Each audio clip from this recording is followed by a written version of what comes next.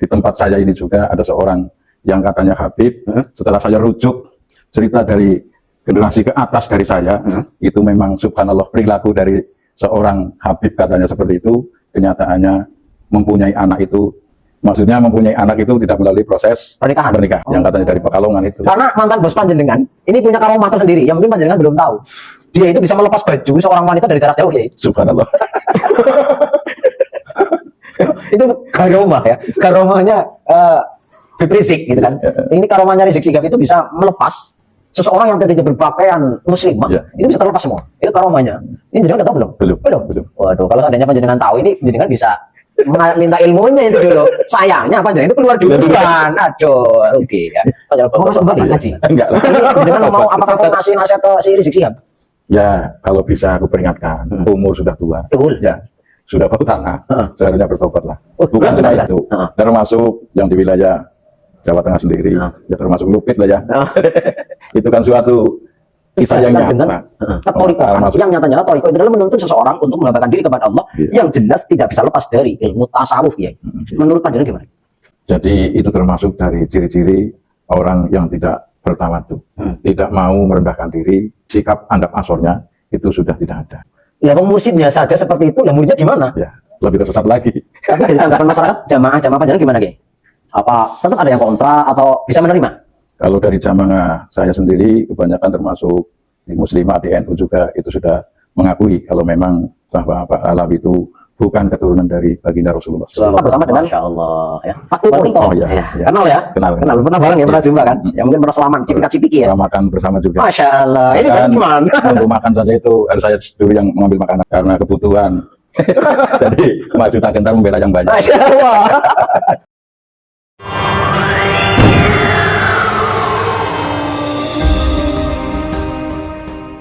Assalamualaikum warahmatullahi wabarakatuh. Bismillah, alhamdulillah, wassalatu wassalamu ala rasulillah. Allahumma salli wa sallim ala Sayyidina Muhammad wa ala ali Sayyidina Muhammad sallallahu alaihi wasallam. Saudara-saudaraku sebangsa setanah air dari Sabang sampai Merauke yang saya banggakan, kembali berjumpa dengan kami di channel Ngaso Ngopi Ngaji. Di awal perjumpaan kita kali ini, kita berdoa kepada Allah Subhanahu wa taala, semoga kita semua, saudara kami sebangsa setanah air, tetap dalam lindungan Allah Subhanahu wa taala. Amin ya rabbal alamin. Tetap mendapatkan rahmat taufik hidayah ma'unah dari Allah untuk menjalankan aktivitas dalam kehidupan kita setiap hari, baik itu dalam beribadah atau dalam perjuangan, baik itu dalam perjuangan sosial, perjuangan bermasyarakat, perjuangan dalam keluarga. Oke, baik Lur. Alhamdulillah, pada kesempatan kali ini saya pribadi diberi kesempatan oleh Allah Subhanahu wa taala untuk bisa bersilaturahim dengan beliau Kiai Fuad Hasan Ar-Rasikhin. Yang tentunya mungkin teman-teman saya ataupun pemirsa dari channel saya ada yang sudah tidak asing dengan beliau. Beliau adalah dulu yang pernah kami wawancara bersama. Beliau adalah salah satu mu'alaf dari Front Pembela Islam. Dulu ya, Front Pembela Islam dulu. Kalau sekarang kan Front Persaudaraan Islam. Beliau sudah mu'alaf ya. Oke, kita pada kesempatan kali bisa bersilaturahim lagi. Kita akan menyapa beliau. Amin. Assalamualaikum Kiai. Waalaikumsalam. Sehat Kiai? Alhamdulillah. Alhamdulillah, ini suasana yang ceria banget Kiai. Tanggal muda ya ceria. Oke, untuk beliau Kiai Fuad Hasan, kalau kita berbicara ngobrol lagi ini enak ya. Jadi nggak ada rikuh-rikuhnya kalau bahasa kita. Namun mohon maaf ini karena saya dari perjalanan jadi memakai seperti ini, kostum saya gitu kan. Oke Kiai, tentunya panjenengan insya Allah dari teman-teman kami, saudara-saudara kami ataupun yang menonton, melihat dari channel YouTube saya, ada yang sudah tidak asing dengan panjenengannya. Karena panjenengan dulu udah viral ya sebagai mu'alaf dari FPI. Ya, untuk videonya bisa dicari lah ya. Yang jadi dulu beliau adalah mantan Panglima FPI dulu. Untuk yang sekarang gini Kiai, mungkin panjenengan saking begitu sibuknya dengan masyarakat, dengan jamaah-jamaah panjenengan, jadi kemungkinan ini husnudzon saya, panjenengan tidak begitu mengikuti perkembangan perjalanan pergerakan dari masalah nasab yang dulu pernah kita bicarakan Kiai. Iya, iya. Namun ternyata hingga sampai hari ini Kiai, polemik nasab Ba'alawi yang secara keilmuan memang itu Kiai Imad jelas-jelas sudah mengatakan, memvonis bahwa itu sudah terputus, tidak tersambung kepada Rasulullah SAW. Gini Kiai, untuk panjenengan di masyarakat setelah pergerakan viralnya panjenengan gimana? Ada tanggapan apa di masyarakat tentang masalah polemik nasab ini Kiai? Tentang masalah nasab ini ya. Okay.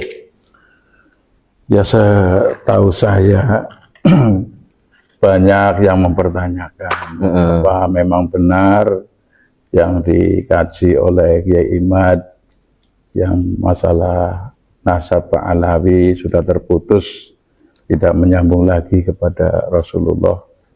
Saya mengatakan bahwa itu benar, sebab kajian itu tetap dengan keilmuan dan juga berdasarkan fakta kenyataan, dan secara ilmiah juga secara tes DNA, dan saya sendiri telah mengikuti walaupun tidak banyak, tapi insya Allah sebab apa yang disampaikan masalah tentang kebenaran barang hak pasti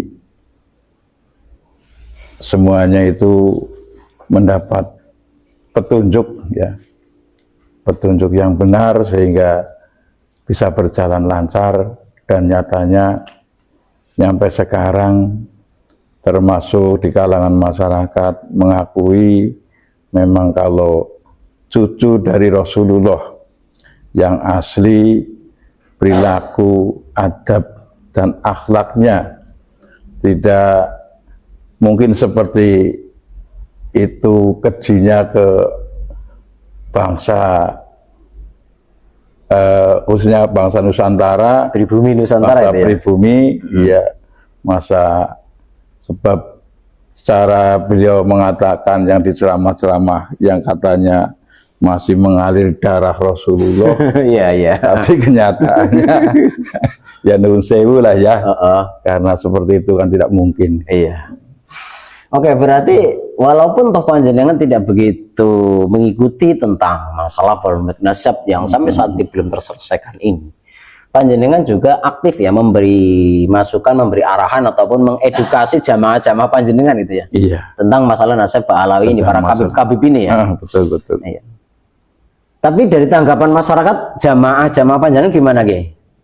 Apa tetap ada yang kontra atau bisa menerima?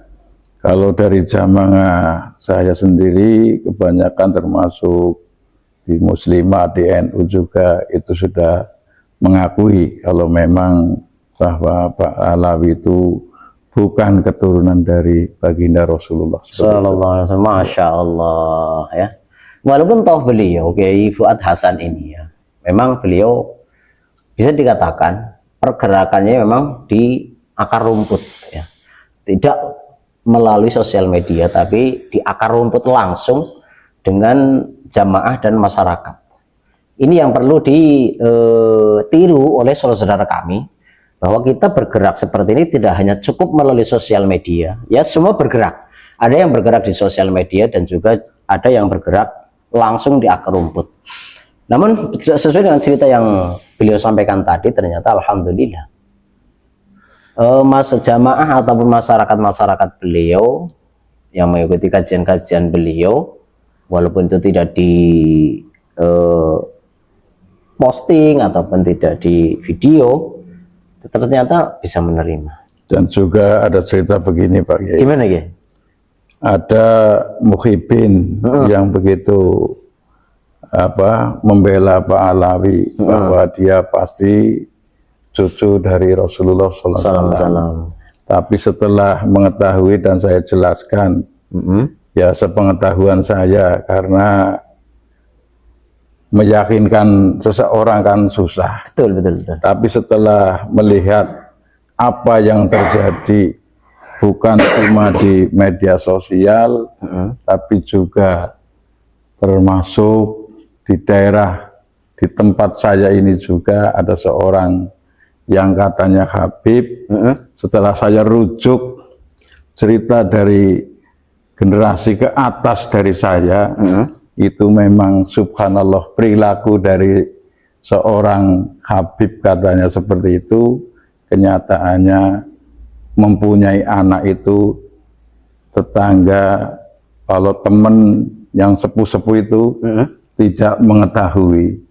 Jadi intinya nggak sisuudon, tapi kemungkinan ya seperti menghalalkan pernikahan atau gimana itu nggak tahu. Maksudnya menghalalkan pernikahan gimana? Maksudnya mempunyai anak itu tidak melalui proses Pernikahan. yang secara sah Berarti diketahui masyarakat. Berarti bisa dikatakan itu masyarakat tidak tahu bahwa dia itu yang mempunyai anak ini menikah, belum, nggak ada yang tahu. Nggak ada yang tahu. Seperti itu. Berarti bisa dikatakan kalau di suudzon ini zina, gitu. Zina, iya, Ya seperti Allah, itu. ya Rabbi ya Karim. Na'udzubillah summa na'udzubillah. Ini adalah cerita langsung dari beliau, saudara-saudaraku ya. Ini ada orang yang memang di situ dianggap adalah Habib gitu kan. Kan seperti itu ya. Iya, betul. Ternyata dia bersama tetangga. Bukan. Bersama Habaib itu katanya. Yang katanya dari Pekalongan itu. Seperti itu. Enggak, maksudnya dia berhubungan badan. Iya, nyamit punya anak. Oh Allah ya Rabbi. Tapi masyarakat tidak ada yang tahu kalau dia sudah menikah. Ya. Dan tidak ada kabar apabila sudah menikah. Ya karena dulu itu diyakini kalau dia cucu Rasulullah, maka dari itu tidak ada yang berani, kemungkinan seperti itu. Oh, tidak ada yang berani mengingatkan. Iya. Kiai juga tidak ada yang mengingatkan. Nggak ada, iya. Tapi setelah jenengan tahu itu gimana tindakan jenengan, Kiai? Ya karena orang tuanya sudah meninggal, ceritanya lagi pula ya intinya sudah barang aib lah, nggak perlu diceritakan seperti itu. Astagfirullahaladzim. Oke, ternyata memang cerita-cerita yang seperti itu banyak saudara-saudara kami yang memang sudah mengangkat hal yang seperti itu ya. Tapi memang seperti itu Kiai Nun Sewu. Iya. Ya, Nun Sewu memang banyak cerita-cerita hal-hal yang seperti itu, bukan yang 1, 2, 3, tapi banyak. Seolah-olah malah justru gini Kiai. Orang pribumi kita, saudara-saudara kita sesama pribumi ini, apabila ada wanita didekati oleh Habib itu bangga sekali ya. Bangga, apalagi kalau sampai dicintai, karena akan menurunkan keturunan dari Habib itu, yang diyakini oleh pribumi ini adalah keturunan Rasulullah. Rasul. Iya, seperti itu. Tapi terkadang juga nggak ada nikah-nikahan. Ini yang bahaya kan di situ. Apakah betul itu syariat Kanjeng Nabi seperti itu, Kiai? Tidak perlu menikah, langsung berhubungan badan intim, kikuk-kikuk, oke-oke, ceret gitu kan?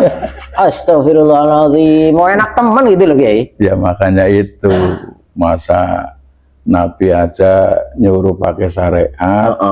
Nah, yang menjadi anak cucunya nggak memakai syariat itu dari mana? Nah, iya. Seperti itu. Ajaran apa itu loh, Kiai? Ajaran apa? Pokoknya. Ada rokok, Kiai. Kasihan. Oh ya Allah, terima kasih, terima kasih.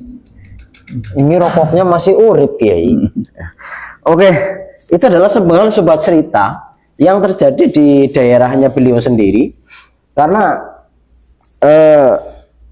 ini udah lama ya, cerita ini udah lama ya. Udah lama. Oke. Ya mungkin ini hanya sebagai sepenggal sebuah cerita yang perlu kita ketahui bahwa masih banyak juga ya dari kalangan kabib-kabib ini yang mendoktrin saudara kita sebangsa Nusantara pribumi ini bahwa di dalam darah Habib ini mengalir darah Rasulullah, dan siapa yang dekat mau melayani, mau berkorban, mau mengorbankan apapun gitu kan, itu ya dijamin surga, intinya seperti itu. ya Allah gitu. Apakah benar seperti itu? Ya. Itu yang harus diputus mata rantai doktrin-doktrin yang seperti itu, Kiai. Oke, langsung Kiai. Untuk yang selanjutnya, dengan adanya polemik nasab yang sampai saat ini memang belum selesai.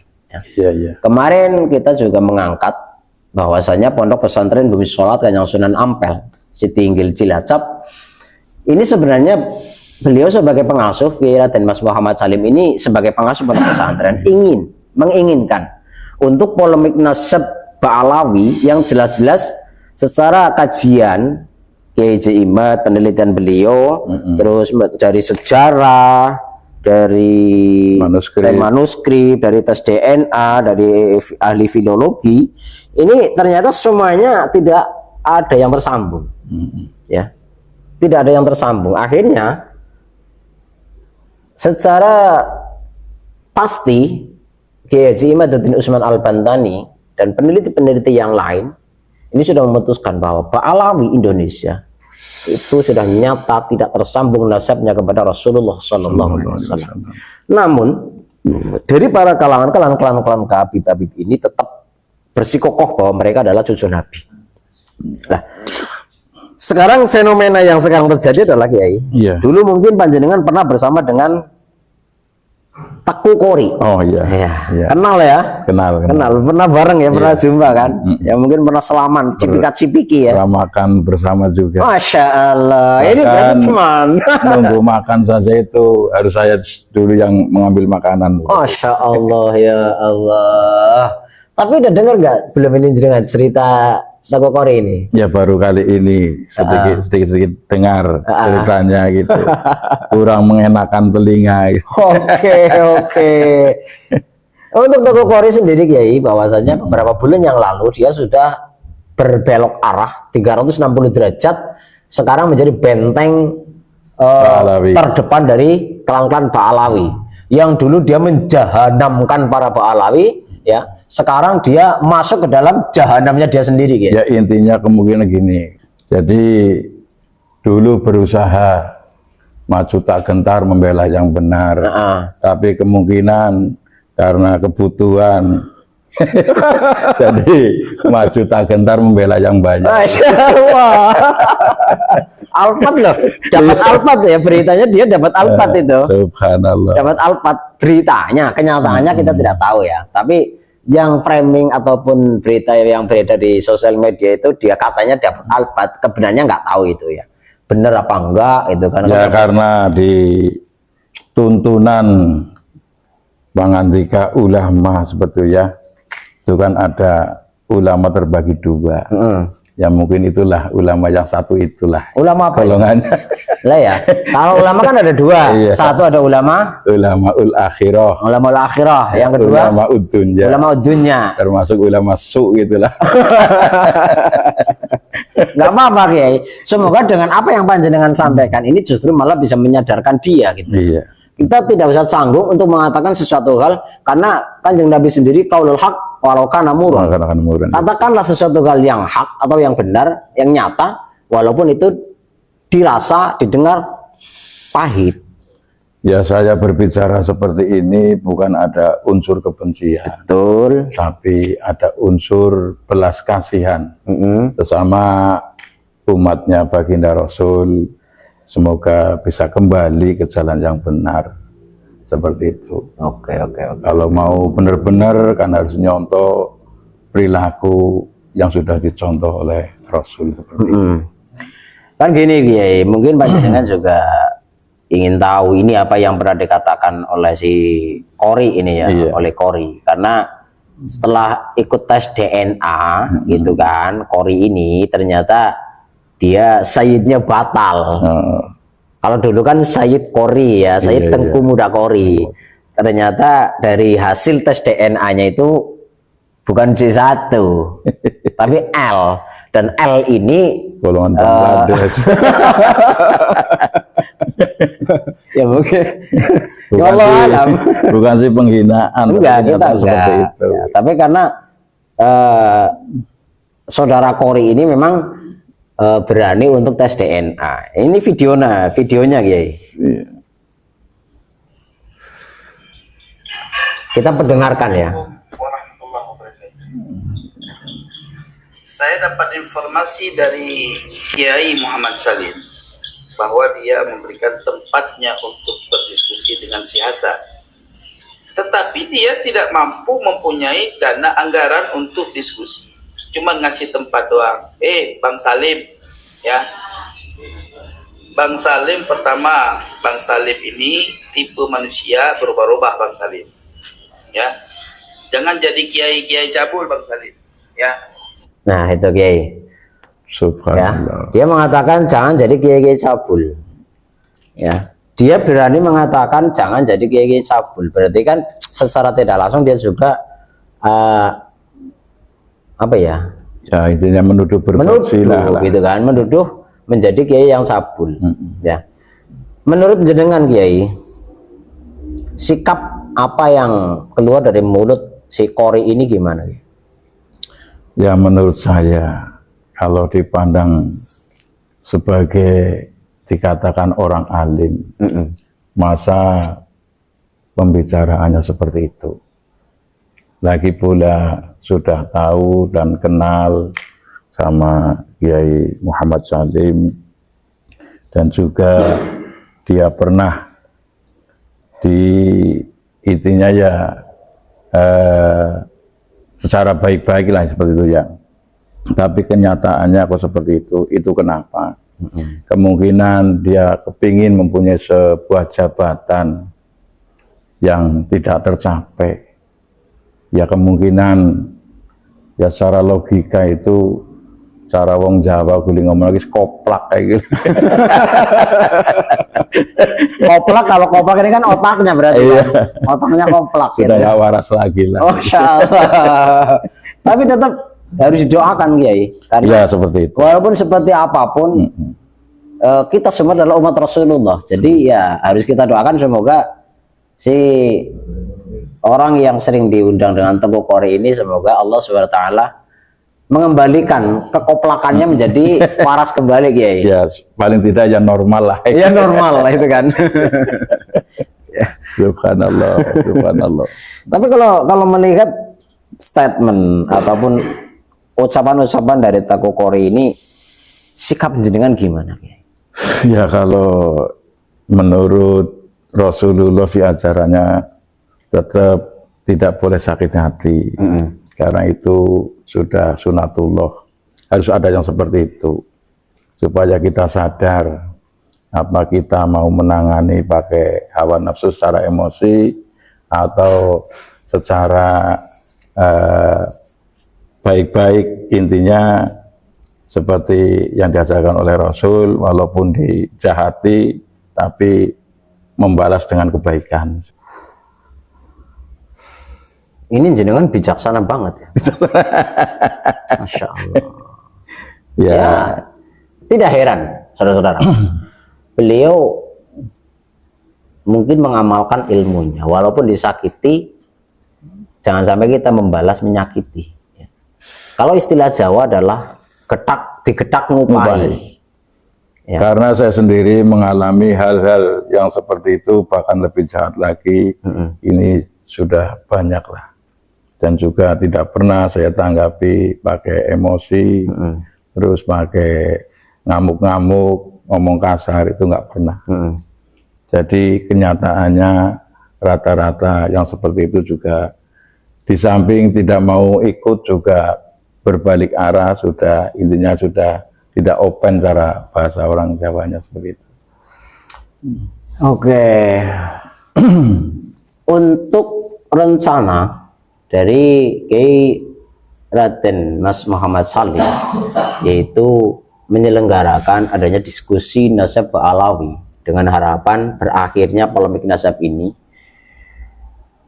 kira-kira jenengan, sikap jenengan mendukung atau tidak, ataupun panjenengan punya usulan, masukan untuk rencana ini gimana Kiai?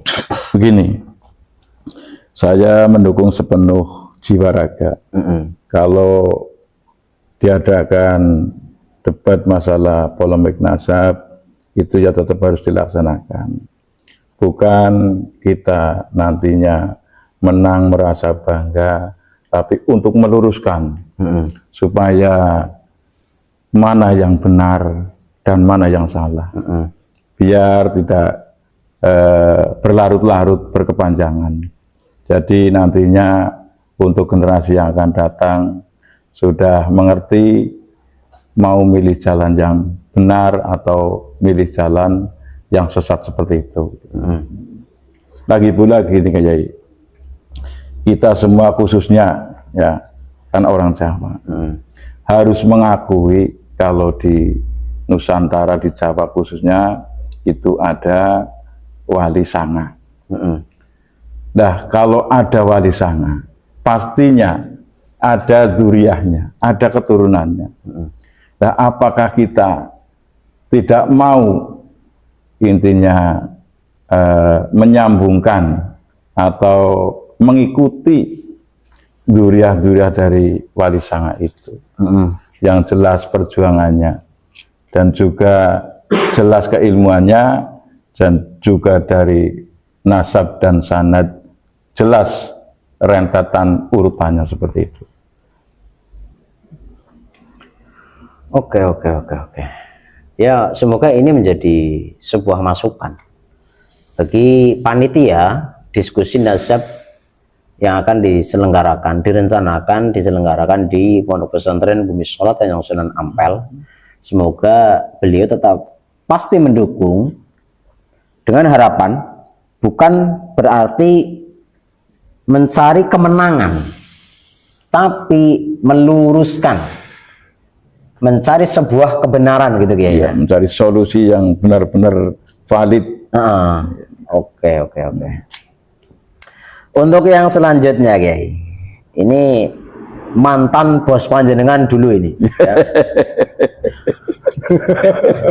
Takdir. Itu lebih koplak lagi.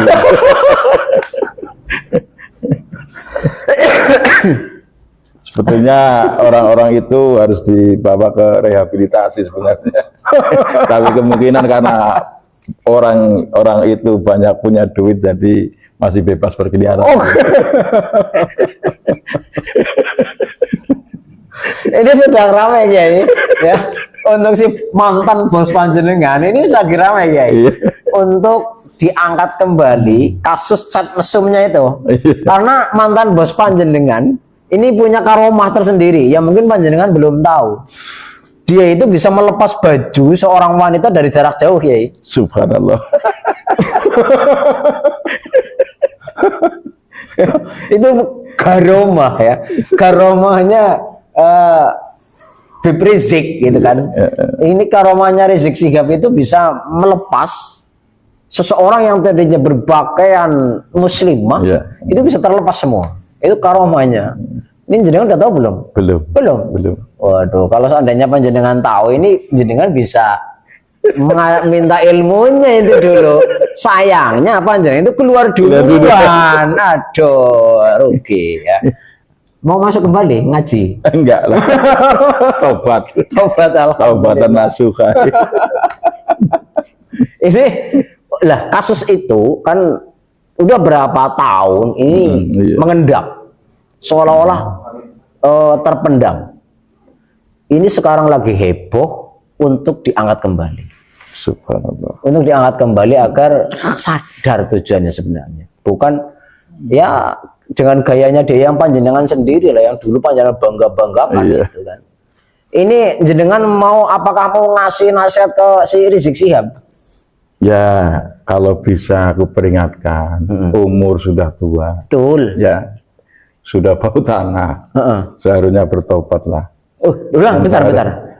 Walaupun dia sudah bau tanah, tapi dia menikah itu dengan yang muda. Itu subhanallah. Jos ya. Ya, maka dari itu katanya kan kita dituntut untuk menanam kebaikan. Kalau seperti itu terus bikin onar, ngajak peperangan, lagi pula yang diperangin orang-orang pribumi, itu kan suatu perkara yang tidak baik untuk dicontoh lah. Betul. Untuk Bahar Semit, monggo. Mungkin mau diperingatkan gimana? Pak Arsemit ada Anip itu, Iya. itu tukang provokasi itu, Mukhtar juga. muhtur barang gitu ya. Subhanallah. Bukan cuma itu, Heeh. termasuk yang di wilayah Jawa Tengah sendiri, ya termasuk Lupit lah ya. Heeh. Itu kan suatu kisah yang nyata. Heeh. Memasukkan makam. Udah tahu yang namanya makam kan ada namanya. Kalau para wali juga ada namanya, ada jasadnya. Ya otomatis karena kebatilan akan terbongkar, kenyataannya seperti itu. Betul itu. Maka dari itu ya untuk pelajaran lah. Jadi kayak kita semua ya semoga sih beliau-beliau saya masih menghormati lah ya. Masih aku bilang beliau. Semoga sadar, menyadari dan kembali ke jalan yang benar seperti itu. Ya, untuk Lutfi bin Yahya ini, Pak Lutfi bin Yahya ya. Ini untuk kabar terbaru panjenengan udah tahu belum ya? Belum. Pak Lutfi bin Yahya setelah tidak menjabat sebagai Ketua Jatman, sekarang dia mendirikan sebuah organisasi hampir mirip sekali dengan Jatman. Dari logonya, cuman logonya bedanya itu ada yang katanya sandalnya Nabi itu biasa kalau ini ya. Iya. Itu namanya adalah Jatma. Ya. Mungkin jangan udah dengar belum ini? Belum. Sama sekali belum. Masya Allah ya. Ini memang baru beberapa hari kemarin ya. Mungkin ini ada. Saya sempat untuk logonya ini logonya Kiai. Ya karena beliau memang sibuk dan dari aktivitas sehari beliau pribadi dan juga dengan kegiatan jamaah-jamaah beliau. Ya. Nah ini logonya Kiai. Ini logo dari organisasi yang di situ adalah menampung ahli torikoh, ya ini Jamiyah ahli torikoh al-mutabaroh ahlus sunnah wal jamaah yang disingkat Jatma. Ini logonya seperti ini. Untuk saudara sebenarnya sudah tahu lah. Ini adalah logo dari organisasi yang didirikan oleh Pak Lutfi bin Yahya. Menurut panjenengan gimana dia Pak Lutfi bin Yahya setelah tidak menjabat sebagai ketua Jatman, kok ijik-ijik malah mendirikan wadah torikoh sendiri? Ya kalau menurut saya pribadi seharusnya orang-orang Jamiyah torikoh muktabaroh khususnya harusnya matanya itu melek lah ya. Pimpinan seperti itu ya masa mau dijadikan pimpinan, dan arahnya nanti mau kemana? Seharusnya merujuk yang benar-benar ulama mendapatkan pewaris dari Nabi, yaitu ulama ul akhirah yang benar-benar takut kepada kebohongan. Seperti itu Pak Kiai. Ini videonya, kalau panjenengan memang belum tahu ini kita cari karena memang beliau Kiai Fuad Hasan ini benar-benar belum mengetahui videonya, memang mengetahui video deklarasi ataupun pembentukan dari Jatma Aswaja. Tapi sayang ini jaringannya nge-lag. Bentar.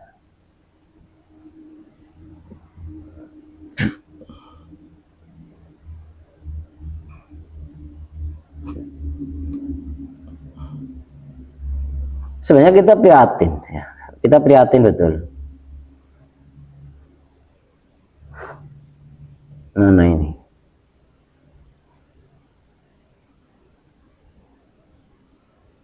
Seolah Pak Lutfi bin Yahya ini tidak rela kalau dia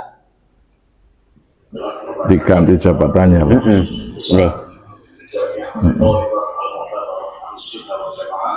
Dan langsung dipimpin oleh Al-Islam Maulana Habib Lutfi bin Hidayat, mohon doa dan dukungan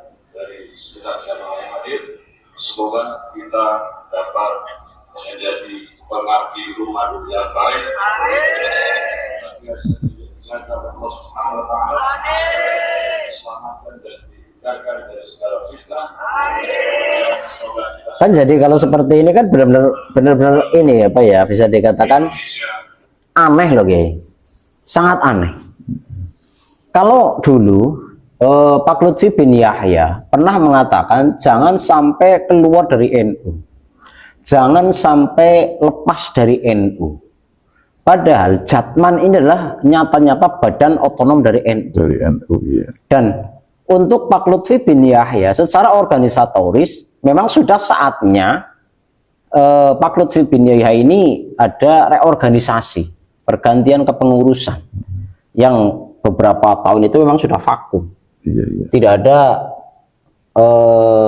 reorganisasi. Ya akhirnya kan ini mendapatkan perhatian dari PBNU.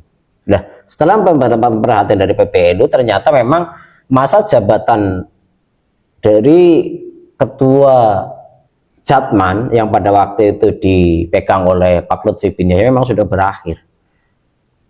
Dan ditunggu beberapa tahun itu ternyata tidak segera mengadakan reorganisasi yang akhirnya diambil alih ataupun difasilitasi oleh PBNU untuk mengadakan reorganisasi ataupun apa bahasanya saya lupa itu. Namun setelah itu terpilihlah Simbah Kiai Haji Halwani Nawawi Berzan sebagai ketua Jatman. Kok aneh? Setelah Jatman ada pemilihan ketua dan terpilihnya beliau Kiai Haji Halwani. Ini kok jadi ijik-ijik Mendirikan lagi. Pak Lutfi bin Yahya ini kok mendirikan lagi. Mendirikan sebuah organisasi tersendiri yang memadai ahli-ahli thariqah. Itu Kiai. Apakah ini sejalan dengan ketorikohan yang nyata-nyata toriko itu adalah menuntun seseorang untuk mengabaikan diri kepada Allah yang jelas tidak bisa lepas dari ilmu tasawuf Kiai. Menurut panjenengan gimana? Begini, jadi itu termasuk dari ciri-ciri orang yang tidak bertawadu, tidak mau merendahkan diri, bukannya jadi orang yang hina, tapi sikap andap asornya itu sudah tidak ada. Intinya yang ada kesombongan, bahwa dirinya merasa lebih bagus, lebih baik, lebih mampu. Padahal yang dinilaikan bukan itu. Jadi kayak kita harusnya tahulah, dilihat dari segi itu saja, tidak mau mengakui adanya yang mengganti dirinya seperti itu. Jadi intinya tidak mau melepaskan jabatan yang dianggapnya mungkin sama dia itu menjadikan rendah. Jadi intinya mau yang paling di atas, istilahnya seperti itu. Yang terdepan, yang terdepan ya. Ya karena memang Pak Lutfi bin Yahya kan pengaruhnya dulu ya sebagai ketua sufi dunia kan. Iya. Ya mungkin punya cara bahasa kita gula-gulan seperti itu mungkin. Masa iya ketua sufi dunia, masa akhirnya menjadi orang biasa hanya sebagai seorang mursyid biasa itu kan. Ya tetapi harus gimana menjadi ketuanya mursyid. Intinya gitu. Takut kehilangan jabatan ya kan Allah. Seperti itu. Na'udzubillah min dzalik. Kalau secara kajian tasawuf, orang yang khawatir kehilangan jabatan gimana? Yaitu termasuk ajaran katanya thariqah untuk membersihkan hati, di mana zikirnya itu bisa membersihkan hati yang di dalam hatinya itu masih menuruti hawa nafsu saja. Berarti zikirnya itu bukannya malah membersihkan hati. Iya. Lah, seperti yang panjenengan sampaikan seperti itu. Lah wong mursyidnya saja seperti itu, lah muridnya gimana? Ya, lebih tersesat lagi. Padahal ini adalah para ikhwan-ikhwan Toriko ini ribuan loh, ribuan yang mengikuti berbaiat, mengambil baiat kepada Pak Lutfi bin Yahya. Ini gimana solusinya, Ki? Ya solusinya harusnya sadar diri. Karena zaman sekarang apalagi ada media sosial. Udah aku katakan tadi di depan bahwa di Pulau Jawa ada para wali yang mensiarkan agama. Khususnya para wali lah ya. Memang sih sebelumnya sih sudah ada yang Islam, tapi kan minoritas. Tapi setelah perjuangan para wali kan termasuk menjadikan mayoritas Muslim. Harusnya kita mengambil sikap kalau ada dan dengar masih ada dzurriyyah dari para wali sanga itu, kenapa kita tidak mau mengikuti, tidak mau bergabung? Berarti kalau tidak mau mengikuti dan tidak mau bergabung, satu unsurnya sombong, yang kedua kemungkinan tidak mau menghormati bahwa di Pulau Jawa itu termasuk ada wali 9 dan ada dzurriyyahnya. Kalau tidak mau mengikuti berarti tidak menghargai perjuangan para wali sanga itu, seperti itu. Untuk yang saat ini yang masih menjadi muhibin para Ba'alawi, malah justru mereka bangga, ya, karena para kabir-kabir ini tetap berkomitmen dan kuatnya mereka bahwa mereka adalah cucu Nabi yang akan menanggung menyelamatkan para muhibin ini. Nah, PR kita adalah sekarang ya, PR kita itu menyadarkan saudara-saudara kita. Adapun masalah orang-orang Ba'alawi ini terserahlah mereka, mau sadar dan tidak terserah mereka. Tapi malah justru PR kita adalah yaitu menyadarkan para saudara-saudara muhibin ini.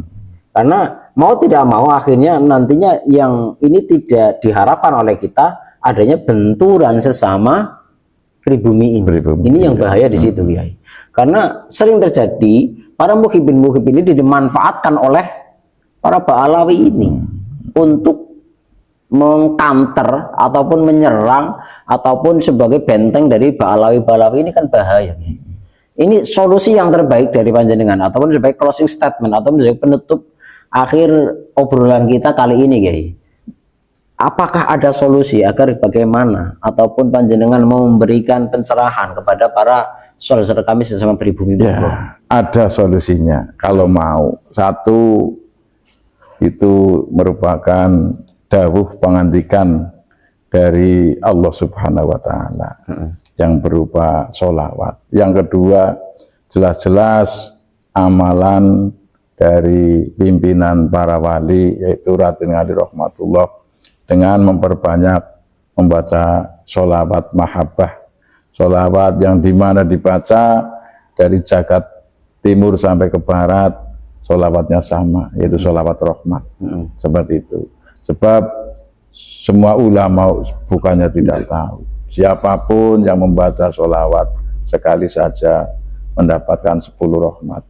Nah, kalau itu diperdalam yang sebenar-benarnya, apalagi ada sambungan sanadnya, insya Allah akan menjadikan kedamaian, khususnya yang mengamalkan dan juga lingkungan yang ada orang mengamalkan sholawat tersebut. Seperti itu, Pak Kiai.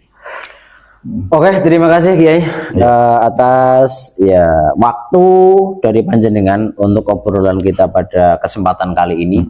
Semoga apa yang panjenengan sampaikan ini bisa memberikan pencerahan bagi saya, pada saudara-saudara kami, pemirsa ataupun para muhibin yang masih menjadi muhibin buta kepada para Ba'alawi. Semoga segera bisa sadar dan kembali ke pangkuan para kiai pribumi di Nusantara. Amin, amin ya rabbal alamin. Sekali lagi terima kasih Kiai. Mohon maaf atas segala kekurangan dan mohon maaf karena saya sudah mengganggu waktu aktivitas panjenengan.